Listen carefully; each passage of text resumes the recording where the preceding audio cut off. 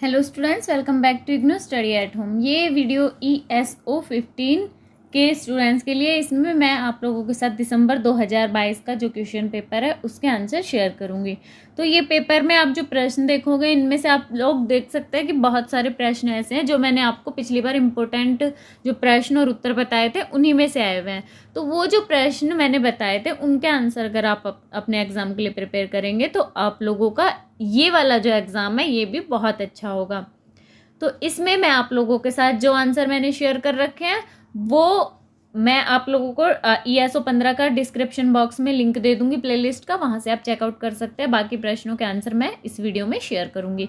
तो यहाँ पे पहला प्रश्न है, धर्म के उद्विकासीय सिद्धांतों की आलोचनात्मक जांच कीजिए। तो ये प्रश्न, इसका आंसर मैंने पहले नहीं करवा रखा था, तो मैं आप लोगों के साथ यहाँ पे इस प्रश्न का आंसर शेयर करूंगी। दूसरा, जादू, धर्म और विज्ञान जो है ये इनमें अंतर है, ये मैंने करवा रखा है। धार्मिक बहुलवाद का भी मैंने आप लोगों के साथ आंसर शेयर कर रखा है, तो वो आप चेक कर सकते हैं।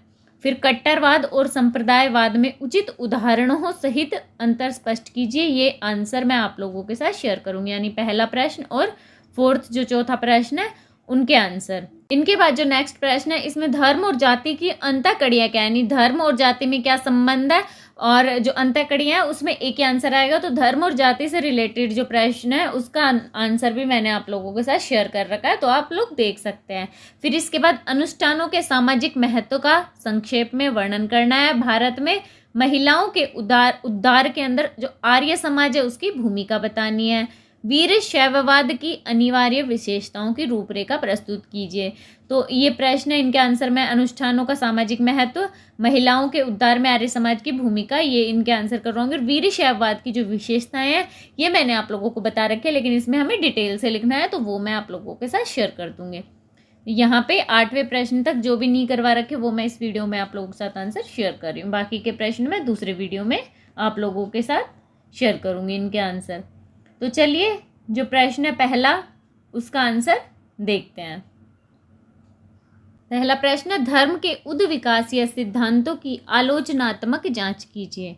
तो उद्विकासीय जो सिद्धांत है, जैसे प्रज्ञावादी जो सिद्धांत है ना, उद्विकास के अंदर ही आता है। धर्म के विकासवादी सिद्धांतों की कई आलोचनाएं हुई हैं, यानी जो विकासवादी सिद्धांत है धर्म का उसके क्या विशेषताएं में बताई गई है, लेकिन ये भी बताया गया बहुत सारे लोगों ने उसकी आलोचना भी किया है। लैंग व मेरिट जैसे विद्वानों के अनुसार जीववाद से पहले भी धर्म का अस्तित्व था, जिसने प्रत्येक वस्तु में प्राण का अस्तित्व देखा था। जीववाद से पूर्व के धर्म को प्राणवाद का नाम दिया गया था। लैंग ने स्पष्ट और सर्वशक्तिमान देवता विषयक अमूर्त विषयों में प्रचलित विश्वासों के अनेक प्रमाण भी दिए थे।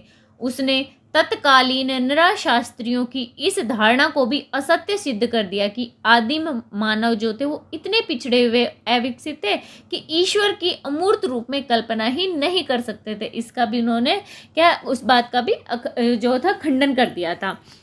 जो मेरिट थे उन्होंने मानववाद नामक धार्मिक विश्वास की ओर हमारा ध्यान आकृष्ट करवाया था। जो मानववाद है उसकी ओर हमारा ध्यान मेरिट ने दिलाया था। उनके अनुसार सभी जीवंत व निर्जीव वस्तुओं में व्यक्ति निरपेक्ष व अभौतिक दैवीय शक्ति होती है। इसी शक्ति को मलेशिया के लोग थे उन्होंने माना नाम दिया था। यानी टेलर ने कोई नई बात नहीं कही थी, तो लैंग और मेरिट ने कहा था जो टेलर ने जो बताया है विकासवाद में वो कोई नई बात नहीं है।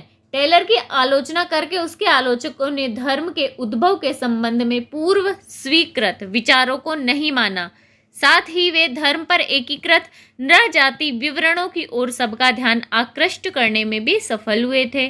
टेलर व स्पेंसर जैसे विकासवादियों के विरुद्ध मुख्य आलोचना इस बात की थी कि आदिम लोगों के मन में आत्मा आदि को लेकर उन्होंने अपने ऐसे निजी विचारों को उजागर किया जिनका अध्ययन ऐसे लोगों की स्वाभाविक आदतों व पर्यावरण को ध्यान में रखकर उन्होंने नहीं किया था। यानी उन्होंने क्या, अपने विचारों को ही प्रकट कर दिया था बस, कि हाँ हो सकता है कि पुराने लोग ये सोचते होंगे, सोच के अपने विचारों को लोगों के सामने रख दिया था।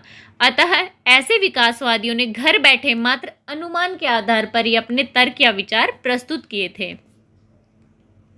जेम्स फ्रेजर ने विकासवादी विचारों की पुष्टि करने वाली अपनी एक पुस्तक द गोल्डन बाउ में यह बताने का प्रयास किया था कि आदिम लोगों के सोचने का तरीका ही जादुई बातों के ऊपर आधारित था। यानी जो आदिम लोग थे वो सोचते थे ना, उस तरीका ही ऐसा था कि जिसमें जादू की बातें होती थी। फ्रेजर के अनुसार इस जादुई पद्धति का स्थान पहले धर्म ने व उसके बाद वैज्ञानिक विचारधारा ने ले लिया था। उसने ऐसे धार्मिक विशेषज्ञों जैसे ओझाओं और पुजारियों की भूमिका के अध्ययन पर भी बल दिया, जो अलौकिक जगत का सामना कर सकें। हम जानते हैं कि विकासवादियों ने धर्म और जादू टोने के बारे में भी काफी विस्तार से लिखा है। इनमें से कुछ ने तो धार्मिक विश्वासों के महत्व का समर्थन किया, तो कुछ ने जादू और जो टोना टोटका है ना उसके प्रयोग के महत्व का भी समर्थन किया था, जो अधिकांशतः धर्म व जादू टोने के इर्द गिर्द ही लगता है। आज विकासवादियों के सिद्धांत हमें बिल्कुल ही तर्कहीन और सामान्य बुद्धि के विपरीत प्रतीत होते हैं। इस बात में जरा भी संदेह नहीं है कि ये विद्वान अपने क्षेत्र के बहुत बड़े विद्वान थे, और जो धर्म था, धर्म के बारे में जो इन लोगों की राय थी, यानी धर्म के बारे में वो लोग क्या सोचते थे, वो राय उनकी, और जो वो राय थे और उसकी व्याख्या वो जिस तरह से करते थे ना, वो उस समय के बौद्धिक वातावरण के ऊपर आधारित थी। वे यह मानकर चलते थे कि जो आदिम लोग हैं उन लोगों के धर्मों के उद्भव और विकास की कहानी जान सकते हैं। इसका परिणाम यह हुआ कि उन्होंने क्या किया, जो धार्मिक तथ्य थे उनकी व्याख्या तो कर दी, लेकिन आदिम विचारधारा की दृष्टि से, यानी कि जो पुरानी विचारधारा है ना उसकी दृष्टि से उन्होंने उसकी पुष्टि कर दी थी। अब प्रश्न यह उठता है कि जो आदिम विचारधारा है उसकी जटिलताओं एवं पेचीदगियों को वे कैसे समझ सकते थे। यानी कि जब उस समय उन्होंने आदिम समाज देखा ही नहीं तो किस तरह समझ सकते थे, उन्होंने जो उसकी व्याख्या कर दी थी, क्योंकि कईयों ने तो आदिम लोगों को देखा तक नहीं था, अतः उनकी बातें निरी अटकल बाजियां थी। यानी उन्होंने बस सोच के आधार पर उन चीज़ों को बना दिया था, जिनको पढ़ने पर लगता है कि वे विकासवादी विद्वान जिस समाज में रहते थे उसी के विचारों को अपने सिद्धांतों में प्रतिपादित कर रहे थे, जिसके परिणाम स्वरूप आदिम जीवन की जो तस्वीर हमारे सामने आई वह पूर्वाग्रहपूर्ण और एक तरफा थी।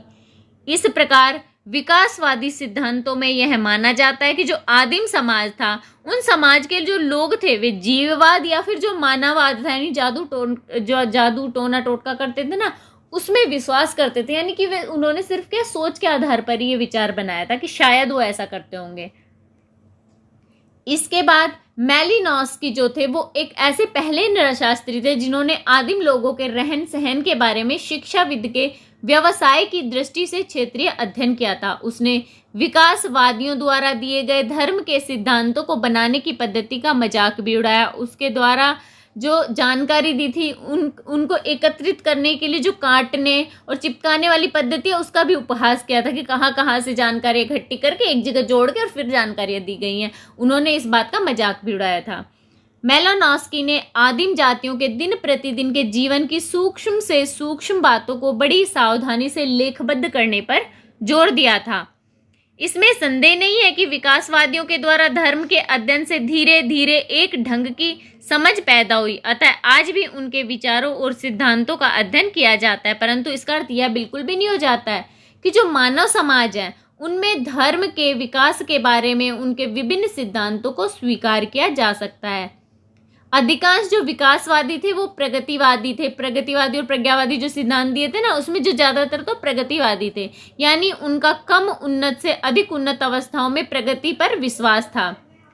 उनकी दृष्टि में आदिम समाज विकास की सबसे शुरू की अवस्था के उदाहरण है। विकासवादियों ने अपने सिद्धांतों को सिद्ध करने के लिए विश्व के किसी न किसी कोने से अपने सिद्धांतों के अनुकूल उदाहरण खोजने की कोशिश की थी।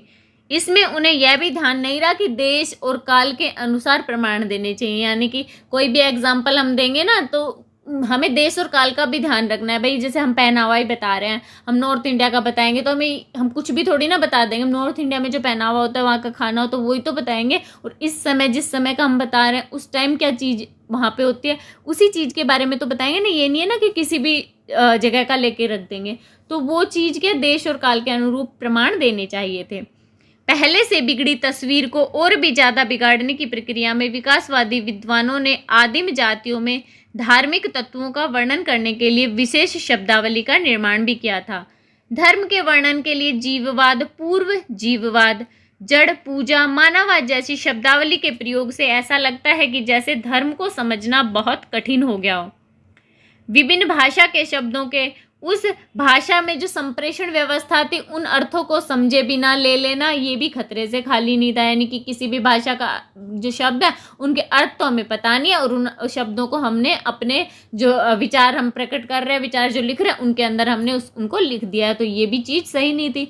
दूसरी भाषाओं के शब्दों में जो दूसरी भाषा के शब्द है उनका अपनी भाषा में अनुवाद कभी कभी खतरनाक भी हो सकता है और इससे गलतफहमी भी पैदा हो सकती है।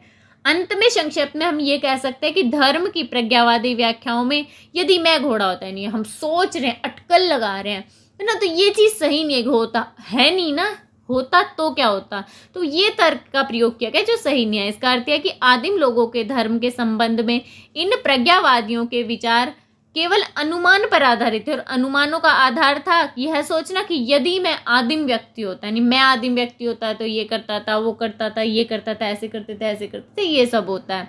इससे वे आदिम लोगों के बारे में तो नहीं बल्कि अपने विचारों के बारे में हमें बता रहे थे। तो ये आपके धर्म का विकासवादी सिद्धांत आलोचना के साथ हो गया है। दूसरा तीसरा प्रश्न मैंने बताया कि आप लोगों के साथ मैंने आंसर शेयर कर रखे हैं, तो आप वहाँ पे चेक कर सकते हैं डिस्क्रिप्शन बॉक्स में ESO 15 की प्लेलिस्ट। नेक्स्ट फिर हमारा अगला प्रश्न है, कट्टरवाद और संप्रदायवाद में उचित उदाहरणों सहित अंतर स्पष्ट कीजिए। रूढ़िवाद और संप्रदायवाद दोनों अलग अलग अवधारणाएं हैं जिनको हम निम्न प्रकार से समझ सकते हैं। अब यहाँ पे रूढ़िवाद और कट्टरवाद है ना, वो एक ही चीज है, इनका दोनों का मीनिंग एक ही होता है, तो यहाँ पे कंफ्यूज नहीं होना है। रूढ़िवाद का अर्थ है धार्मिक ग्रंथों जैसे बाइबल, गीता, श्री गुरु ग्रंथ साहिब, कुरान आदि की मान्यताओं और सिद्धांतों को अविवाद रूप से मानना, यानी कि जो ये हमारे ग्रंथ हैं, हम अपने ग्रंथों के अंदर जो कुछ लिखा होता है उनको हम मानते हैं। हम क्या बहुत पुराने जमाने से क्या चले आ रहे लिखे हुए हैं, तो उनको निर्विवाद, हम उसमें कोई बदलाव करना ही नहीं चाहते कि है तो है, कोई विवाद नहीं चाहते, तो इस तरह से मानना ही रूढ़िवाद है। रूढ़िवाद के अनुयायी इसे ऐतिहासिक सत्य के रूप में मानते हैं, जिसके कारण वे कट्टर दृष्टिकोण अपनाकर अक्सर ही अपने स्वतंत्र राष्ट्र की मांग भी करते हैं। यह भी ग्रंथों की भविष्यवाणी के रूप में देखा जा सकता है। इस प्रकार रूढ़िवाद के कारण एक विशिष्ट समुदाय समाज की मुख्य धारा से अलग हो जाता है, जैसे पुलिस, सेना आदि की मदद से शेष समाज इन्हें दबाने या खत्म करने की कोशिश भी करता है। खासतौर पर जब ये क्या समाज, ये लोग क्या उल्लंघन करते हैं, कट्टरवादी या रूढ़िवादी होता है ना, कानून का उल्लंघन करते हैं, तब पुलिस और सेना की मदद लेनी पड़ती है समाज को, बाकी के समाज को। सांप्रदायिकता, हिंसे और दंगे ये लोग फैलाते हैं। रूढ़िवाद और सांप्रदायिकता में यह अंतर है कि सामुदायिक आधिपत्य के अलावा सांप्रदायिक दंगों का कोई विशेष उद्देश्य नहीं होता, यानी कि जो दंगे होते हैं उनका क्या एक विशेष उद्देश्य नहीं होता कि बस आधिपत्य, सामुदायिक आधिपत्य कि भाई ये हमारा समुदाय है ना, इसको बढ़ाया जाए, जितना भी हो सके बढ़ाया जाए, हमारी बात मानी जाए। और रूढ़िवाद संगठित आंदोलन है जिसका उद्देश्य होता है विशेष रूप से धार्मिक प्रतिष्ठा के दृष्टिगत सामाजिक लक्ष्यों को बढ़ावा देना। इसकी कार्यात्मक रणनीति में शांतिपूर्ण और युद्ध जैसे प्रयोग और आंदोलन दोनों शामिल होते हैं। अब होता है सांप्रदायिकता। रूढ़िवाद से अलग सांप्रदायिकता का अर्थ है राजनीतिक उद्देश्यों से सामाजिक परंपराओं का सामुदायिक शोषण करना, जिसका उद्देश्य है स्थापित समूह है उनके हितों को ठेस पहुंचाना। इस प्रकार सांप्रदायिकता ऐसी विचारधारा है जिससे कोई समुदाय या सामाजिक समूह अपनी सामाजिक, आर्थिक या राजनीतिक अभिलाषाओं की पूर्ति करने का प्रयास करते हैं, और इनका जब अस्तित्व होता है तो विशिष्ट प्रस्ताव व कार्यक्रमों के ऊपर निर्भर करता है। संप्रदायवाद में लोग राजनीति, धर्म और परंपरा के बल पर अपनी योजनाएं बनाते हैं। राजनीतिक संगठन हेतु इतिहास की व्याख्या की जाती है। संप्रदायवाद में लोकतंत्र के लिए जगह नहीं होती, यानी संप्रदायवाद लोकतंत्र को नहीं मानता है, वो अपने संप्रदाय के लिए ही डटे रहते हैं, कानून चाहिए होते हैं, बाकी समाज से जो होता है ना उनसे वो कटे रहते हैं। इनका दृष्टिकोण प्रजातिवादी होता है और वे प्रजातिवाद का ही प्रचार करते हैं। वे समानतावाद को अनैसर्गिक मानकर पितृसत्ता का पारिवारिक व सामाजिक नियम के रूप में समर्थन करते हैं। सांप्रदायिकता शब्द का प्रयोग दो प्रकार से किया जाता है, एक विश्वास व्यवस्था के रूप में और दूसरा सामाजिक परिघटना। विश्वास व्यवस्था का पहला दृष्टिकोण है, इसके अनुसार सांप्रदायिकता एक विचार व्यवस्था का परिणाम है। इसके लिए जो घनिष्ठ सामुदायिक एकता जरूरी होती है, जो कि सही नहीं, यानी कि समुदाय की एक सारे समुदाय के लोग इकट्ठे हो जाए, बाकी समुदाय को नीचे समझे तो अलग समझे, निम्न समझे या अपने से भिन्न समझे, ये चीज़ सही नहीं है, ऐसा सही नहीं है। प्राय देखा गया है कि समुदाय में आंतरिक मतभेद मौजूद है, तो ऐसे में इतिहास ही काम आता है। सांप्रदायिकता के समर्थक समुदाय के समान दुखों और लक्ष्यों की ओर ध्यान आकृष्ट करते हैं तथा इसमें दूसरे समुदायों की अपेक्षा उस समुदाय की अनन्यता पर बल दिया जाता है, जिससे उनका अपने अधिकारों के लिए लड़ना सहज या सरल हो जाता है।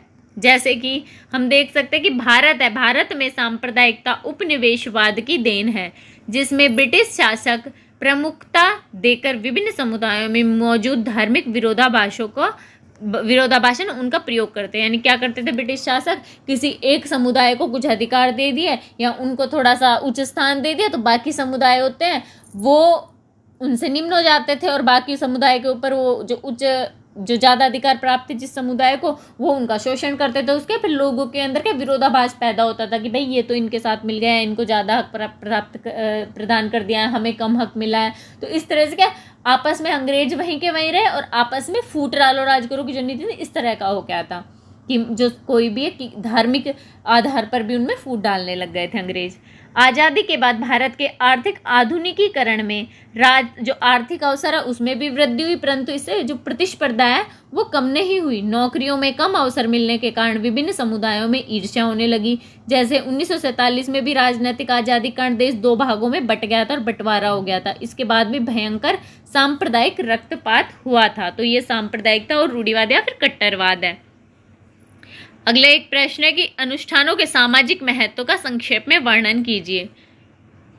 अनुष्ठान क्या होता है कि हम अपने जीवन में धार्मिक पर्वों से संबंधित कोई भी पर्व उसके लिए कोई भी अनुष्ठान यानी कि पूजा पाठ वगैरह कोई भी चीज़ करते हैं वो अनुष्ठान होता है। औद्योगिकीकरण और शहरीकरण होने के बावजूद भी भारतीय समाज का अधिकांश हिस्सा अभी भी कृषि समाज से जुड़ा है और उससे जुड़ी परंपराओं व रीति रिवाजों का पालन भी करता है। यहाँ तक कि देश के बड़े से बड़े शहरों में रहने वाले जो अधिकांश लोग हैं वे भी अपनी समस्या व प्रथाओं को छोड़ने के लिए स्वयं से उनको क्या संघर्ष करना पड़ता, खुद से संघर्ष करना पड़ता। हम अपन क्या ऐसे नहीं कहते, हम अपनी जड़ों से जुड़े हुए लोग हैं। तो क्या जड़ों से जुड़े हुए होने का मतलब हो गया वो अपनी परंपराओं में जकड़े हुए हैं, तो उससे बचने के लिए उन्हें बहुत संघर्ष करना पड़ता है। ऐसे समाजों में धर्म की भूमिका अहम होती है और विभिन्न अवसरों या विभिन्न कार्यों के लिए अनुष्ठान कराए जाते हैं। ये अनुष्ठान कई बार तो व्यक्ति या फिर समुदाय के प्रतिदिन के जीवन में बहुत घुल मिल जाते हैं। हमारा समाज अनेक धार्मिक समुदायों का समुच्चय यानी कि मिला जुला रूप है, इसलिए हमारे समाज में अनुष्ठानों का बड़ा ही महत्व है। अनुष्ठानों के सामाजिक महत्व को समझने के लिए दुर्खाइम और मैलिनॉस्की के विचारों को देखा जा सकता है। आज भारतीय समाज परंपरागत कृषि समाज से आगे बढ़कर आधुनिक समाज में परिवर्तित हो गया है, जिसका आधार प्रजातंत्रीय धर्मनिरपेक्ष व्यवस्था है। राज्यों के इस धर्म निरपेक्ष स्वरूप को बनाए रखने के लिए तथा विभिन्न धार्मिक समुदायों के बीच एक सामंजस्य स्थापित करने के लिए कई समस्याएं सामने आती हैं। जब जब धार्मिक विश्वासों और प्रथाओं का राजनीतिक उपयोग किया जाता है तब तब संकट की स्थिति हमेशा उत्पन्न होती ही होती है। धर्म के राजनीतिकरण के कारण क्या होता है, जनता धार्मिक दृष्टि से अत्यधिक संवेदनशील हो जाती है। इसलिए आधुनिक समाज है उसे अगर हम ढंग से देखेंगे तो पता लगता है कि अनुष्ठान कृत्य का महत्व न केवल एकीकरण और भावात्मक जो बंधुत्व उसके लिए बल्कि धार्मिक समुदाय विशेष के सदस्यों के लिए भी है। यह एक धार्मिक पहचान प्रदान करने का कार्य करता है। इस तरह से कभी कभी समाज में धर्मनिरपेक्षता भी खतरे में आ जाती है। इसके अलावा वास्तविकता यह है कि हमारे समाज संस्कृति के अधिकांश विद्वानों का मानना है कि भारतीय समाज की सामूहिक चेतना गहरे रूप में धर्म के साथ जुड़ी हुई है। प्रत्येक धार्मिक समुदाय की अपनी अलग जीवन शैली और दृष्टि होती है, तो जो कि उनके अलग अलग धार्मिक प्रतीक व धार्मिक अनुष्ठान होती है ना, उन पर जो प्रथाएं चली आ रही हैं उनका परिचायक होती है। यानी हर धर्म में अलग अलग प्रतीक अलग अलग अनुष्ठान होते हैं, वो हमें पता चलते हैं। ऐसे में धर्म को व्यक्ति व समूह दोनों के नैतिक निर्देश के रूप में देखा जा सकता है, जो अप्रत्यक्ष रूप से सामाजिक व्यवस्था के रखरखाव में मददगार है। अतः हम समझ सकते हैं कि भारतीय समाज में निहित समुदायों के दिन प्रतिदिन के जीवन में अनुष्ठानों का बड़ा महत्व है, क्योंकि वे सामाजिक एकता, भावात्मक बंधुत्व, नैतिक निर्देश और व्यक्तिगत व सामूहिक पहचान स्थापित करते हैं। एक प्रश्न है कि भारत में समाज है, भारत का पुराना समाज था, जब हमारे महिलाओं को निम्न स्तर प्राप्त था, महिलाओं को इतने अधिकार प्राप्त नहीं थे, तो उस समय भारत में महिलाओं के उद्धार में आर्य समाज की भूमिका का वर्णन कीजिए। आधुनिक काल में महिलाओं को अधिकार व समानता दिलाने में आर्य समाज के संस्थापक स्वामी दयानंद भी एक थे। उनके समय में हरिजनों की भांति जो महिलाएं थी उनको भी दासों का दास कहा जाता है, यानी महिलाओं की स्थिति इसलिए ज़्यादा खराब थी। एक तो दास होता है, दासों की स्थिति वैसे ही खराब थी, और दासों के भी जो दास होते थे वो महिलाओं को माना जाता था। पुरुष अंग्रेजों के दास थे एवं महिलाएं इन पुरुष जो दास थे उनकी दास थी। महिलाओं के अधिकार बेहद ही सीमित थे, उनको मामूली स्वतंत्रताएं प्राप्त थी। पुरुषों की मान्यता इनको शायद ही प्राप्त होती, यानी अगर इनके हक के लिए कोई बात नहीं करता शायद इनको कोई ये पुरुषों के समान समानता तो कभी मिल ही नहीं सकती थी। परंतु स्वामी दयानंद जी ने स्त्री व पुरुष की समानता पर बल दिया था। महिलाओं को वेदों के अध्ययन करने की अनुमति भी प्रदान की थी, जो कि उस समय क्रांतिकारी कदम माना जाता था। ऐसे ही क्या था, स्वामी जी ने महिलाओं को गायत्री मंत्र के उच्चारण के का भी अधिकार या अनुमति दे दी थी, जो कि उस समय उस समाज में संभव ऐसा था ही नहीं। इसके लिए उन्होंने क्या कहा था कि तर्क दिया था कि महिला ऐसा कर सकते हैं, क्योंकि जो ऋग्वेद है, ऋग्वेद में भी 200 जो मंत्र हैं, 200 मंत्र तो महिला ऋषियों के द्वारा ही बनाए गए हैं, तो हमारे समाज में महिलाएं क्यों नहीं मंत्र बोल सकती हैं। उन्होंने बाल विवाह के विरुद्ध भी धर्म युद्ध चलाया था, जिसमें कन्या का विवाह 16 वर्ष से पूर्व, लड़के का विवाह 25 वर्ष से पूर्व नहीं करना चाहिए। इसके कारण उस समय जो एक प्रचलित शास्त्रीय निषेधाज्ञा थी उसका भी उनको सामना करना पड़ा था, यानी समाज में उन्हें बहुत मुसीबतों का सामना भी करना पड़ा था। उनके विचारों की आलोचना भी हुई थी, क्योंकि उस समय एक शास्त्रीय निषेध आज्ञा थी। इसके अनुसार क्या था, अगर कन्या को पिता के घर में मासिक धर्म हो, पिता व भाई को नरक जाना पड़ता था उनके अनुसार। तो उन्होंने कहा कि स्वामी जो दयानंद थे उन्होंने इस धारणा को निर्मूल बताया, बोले इसका कोई आधार हो ही नहीं सकता है। जो प्राकृतिक कुदरती प्रक्रिया है एक जो मासिक धर्म है, तो उसके लिए किसी दूसरे व्यक्ति को नरक में क्यों जाना पड़ेगा भाई। तो उन्होंने इस तरह से तर्क दिया था इस चीज के लिए। स्वामी दयानंद जी का कहना था कि पुरुष और महिला को केवल एक बार ही विवाह करना चाहिए। किसी जो युवा विधवा है उसके लिए विधवा विवाह की अपेक्षा वे नियोग को वरीयता देते थे। नियोग में क्या होता है कि जैसे किसी कोई विधवा महिला, उसका दिवंगत जो पति है उसका भाई हो, है ना, या फिर कोई और उनका जानकार हो, उसके साथ वो 1 या 2 पुत्र प्राप्त करने के लिए अस्थायी पुनर्मिलन कर सकती थी, यानी शादी नहीं करनी होती, 2 पुत्र प्राप्त उससे कर सकती थी, परंतु पुत्र या बच्चे 2 ही प्राप्त कर सकती थी। परंतु इस विचार को भी सभी आर्यों ने नहीं माना, और दयानंद जी ने भी इसके लिए क्या ज़्यादा दबाव नहीं डाला कि नहीं मान रहे। तो वास्तव में इसके बाद क्या, तो पंजाब में तो आर्य समाज ने विधवा विवाह भी करवाए थे, जो कि स्वामी जी थे उनकी स्वीकृति के साथ ही हुए थे, तो इन्होंने विधवा विवाह पर भी बल दिया था। इसी प्रकार आर्य समाज ने सामान्य रूप से जनसाधारण की शिक्षा, खासकर महिलाओं की शिक्षा पर भी जोर दिया। आर्य समाज के द्वारा पूरे देश में लड़के लड़के दोनों के लिए अनेक स्कूलों व विद्यालयों की व्यवस्था की गई, जहां पर हमारी मातृभाषा में शिक्षा दी जाती थी। और जो आर्य समाज है इन्होंने एंग्लो वैदिक विद्यालयों की स्थापना भी की थी। लेकिन जो कुछ कट्टरपंथी आर्य समाजी थे उन्होंने कहा कि भाई जो ये एंग्लो वैदिक विद्यालय होते हैं इनमें हमारा क्या पूरी तरह से वैदिक पढ़ाई नहीं कराई जाती है, पूरी तरह से वैदिक नहीं है, इसलिए भाई इसका कोई फायदा नहीं है। तो उन्होंने मुंशी राम के नेतृत्व में हरिद्वार में गुरुकुल शुरू किए थे, जिसमें गुरुकुल में क्या होता था, पूरी तरह से वैदिक शिक्षा दी जाती थी, पूरे प्राचीन रीति रिवाजों से शिक्षा दी जाती थी। आर्य समाज ने सन 1896 में जालंधर में प्रथम कन्या महिला जो महाविद्यालय है उसकी स्थापना की थी। इस प्रकार आर्य समाज द्वारा महिलाओं के उद्धार के लिए यथासंभव प्रयास किए गए थे। ये हमारे महिलाओं के लिए जो हमारा आर्य समाज है उनके किए गए प्रयास थे। नेक्स्ट प्रश्न है, वीर शैववाद की अनिवार्य विशेषताओं की रूपरेखा प्रस्तुत कीजिए। वीर शैववाद क्या है? वीर शैववाद में भगवान शिव है, उनको लिंग के रूप में पूजा जाता है और सिर्फ महाकाल यानी शिव जी की ही पूजा की जाती है, और उनके अलावा वो लोग जो धार्मिक कर्मकांड है उनमें ज़्यादा विश्वास नहीं करते हैं, सिर्फ शिव को धारण करते हैं। वीर शैववाद एक विरोध और सुधार का आंदोलन था। इसने एक ऐसे समाज की तस्वीर पेश की जिससे जीवन के प्रत्येक क्षेत्र में सभी लोगों को बराबर का दर्जा प्राप्त हो सके। वीर शैववाद की प्रमुख व अनिवार्य विशेषताएं निम्नलिखित हैं। पहली है अनेक देवी देवताओं की पूजा को अस्वीकार करना, यानी कि एक लिंग की पूजा करना। वीर शैववाद मूर्ति पूजा व अनेक देवी देवताओं की पूजा का समर्थन नहीं करता था, यानी मूर्ति पूजा को नहीं मानते थे, बहुत सारे देवी देवताओं को भी नहीं मानते थे। वह मात्र एक ही देवता यानी भगवान शिव की पूजा पर बल देता है। प्रत्येक वीर शैववादी लिंग रूप में शिव की पूजा करते हैं। इनको अपने शरीर पर सदैव लिंग धारण करना होता है, यानी लिंगम या इष्टलिंगम के आधार पर ये लिंग धारण करते हैं। यह नियम समाज में सभी लोगों पर लागू होता है, चाहे महिलाओं, पुरुषों, बच्चों, अमीर गरीब कोई भी हो, किसी भी वर्ग से हो, कोई भी जाति से हो, ये उनको कोई मतलब नहीं था। बस जो वीर शैववाद को मानता था उनको अपने शरीर पर एक शिव का प्रतीक लिंगम धारण करना होता है और वो शिव को ही मानते थे और ओम नमः शिवाय जो मंत्र होता है उनका जाप करते थे। इससे समाज में समानता को बढ़ावा भी मिला। कर्म कांडों का विरोध करता है वीर शैववाद। वीर शैववाद मंदिरों में की जाने वाली पूजा, बलि, तीर्थों के विरुद्ध थे। वे मंदिर नहीं जाते थे, वहाँ पर बलि आदि कृत्य होते थे, वे वहाँ पर भी नहीं जाते थे। वीर शैववादी पवित्र तीर्थ यात्राओं को भी नहीं मानते। जैसे आज भी जो लिंगायत लोग होते हैं, लिंगायत लोग कुंभ के मेले का हिस्सा नहीं बनते, वहाँ पे शैववादी समूह बहुत सारे लोग आते हैं, लेकिन जो लिंगायत होते हैं वो वहाँ पर नहीं जाते हैं। वीर शैववाद में जानवरों की बलि देना, मांस खाना, शराब पीना, हिंसा करना वर्जित है। शाकाहारी भोजन पर इसमें बल दिया जाता है।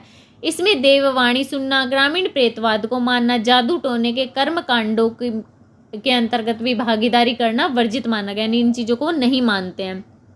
नेक्स्ट है प्रदूषण विरोधी विचारधारा। वीर शैववादी विचारधारा ने अपने सदस्यों पर पंचसूतक अथवा 5 प्रदूषकों जो कि जन्म, मृत्यु, मासिक धर्म, थूक पड़ जाना, जाति संसर्ग अर्थात निम्न जाति से स्पर्श हो जाने का खंडन किया है। वे 5 प्रदूषण ब्राह्मणवादी हिंदू समाज व धर्म की विश्वास प्रणाली प्रचलनों का महत्वपूर्ण हिस्सा थे, लेकिन वीर शैववाद ने इन सबको नहीं माना था, वो इनका विरोध करते थे। उनके अनुसार जिसने भी लिंगम को धारण किया है और शिव के उपासक हैं वे सभी पवित्र एवं एक समान हैं, कोई भी बड़ा, छोटा, अछूता, स्पर्श्य नहीं है। इसके अलावा एक विशेषता है सत, स्थल, अष्टवर्ण एवं पंचाचारी। वीर शैववाद के 3 प्रमुख लक्षण हैं, सतस्थल, अष्टवर्ण व पंचाचारी। सतस्थल ऐसे 6 चरणों को मिलाकर बनाता है जिन्हें भगवान शिव के साथ स्वयं को एकाकार करने के उद्देश्य से व्यक्ति उठाते थे, यानी अष्टवर्ण है। अष्टवर्ण में जो अष्टवर्ण होने वाले खतरों से उनकी रक्षा भी करते हैं। अष्टवर्ण में 8 जो कवच होते थे वे हैं लिंग, गुरु, जंगम, पाड़ो, डका, प्रसाद, विभूति, रुद्राक्ष और मंत्र। पंचाचारी के 5 तरह के धार्मिक उद्धारण व आसन थे जिन्हें हर वीर शैववादी द्वारा अपने विश्वास की क्षति से बचाने के लिए करना होता है। ये 5 अवस्थाएं हैं लिंगाचार, सदाचार, शिवाचार, गणाचार और व्रताचार। इन 3 घटकों ने पूजा व अमृत्यु की समानता के सिद्धांतों को प्रतिबंधित किया जिसे वीर शैववादी प्रोत्साहित करते हैं। नेक्स्ट इस वीर शैववाद की विशेषता कायका। कायका का मतलब होता है कष्ट सहन करना, कष्ट सहन करने की क्षमता, यानी किसी भी चीज़ को पाने के लिए कुछ काम करना, मेहनत करना। कायका यानी कष्ट सहने पर जोर देना। वीर शैववादी सभी व्यवसायों को समान व महत्वपूर्ण मानते थे। कर्तव्य तथा समर्पण भाव से कष्ट सहना व्यक्ति तथा समुदाय के कल्याण व जीविकोपार्जन के लिए अनिवार्य माना गया। लिंगाय मत में व्यवसायों के बीच किसी भी तरह का श्रेणीबद्ध भेदभाव नहीं किया गया। ब्राह्मणवादी हिंदूवाद सांसारिक गतिविधियों के लिए किए जाने वाले जो प्रयास है उनको बढ़ावा नहीं देते थे, परंतु जो वीर शैववादी थे उन्होंने तर्क दिया कि व्यक्ति अपने काम से स्वर्ग का आनंद प्राप्त करते हुए अपने काम के प्रति समर्पित रहकर अमृतत्व को प्राप्त कर सकता है। इसमें किसी भी व्यवसाय को नीची नज़रों से नहीं देखा जाता था और जो वीर शैववाद थे इनके हिसाब से व्यक्ति कभी भी अपना व्यवसाय बदल सकता है। वर्णों के हिसाब से वो लोग व्यवसाय पे जोर नहीं देते थे कि भाई ये व्यवसाय कर रहा है ऊंचा है, ये व्यवसाय कर रहा है नीचा है, ऐसा नहीं था। वो सभी व्यवसायों को समान मानते थे। तो यहाँ पे कुछ प्रश्नों के आंसर मैंने शेयर किए हैं। बाकी जो बचे हुए प्रश्न हैं उनके आंसर मैं आप लोगों के साथ नेक्स्ट वीडियो में भी 4-5 घंटे के बाद शेयर करूँगी, तो आप लोग देख सकते हैं। बाकी आप डिस्क्रिप्शन बॉक्स में जो आपको मैं प्लेलिस्ट दे रही हूँ उसमें जाके बाकी बचे हुए प्रश्नों के आंसर देख सकते हैं। आई होप ये वीडियो आप लोगों के लिए यूज़फुल रहा होगा। अगर वीडियो अच्छा लगा हो तो प्लीज़ चैनल को सब्सक्राइब, वीडियो को लाइक ज़रूर कीजिए। मिलते हैं अगले वीडियो में कुछ नई इन्फॉर्मेशन के साथ।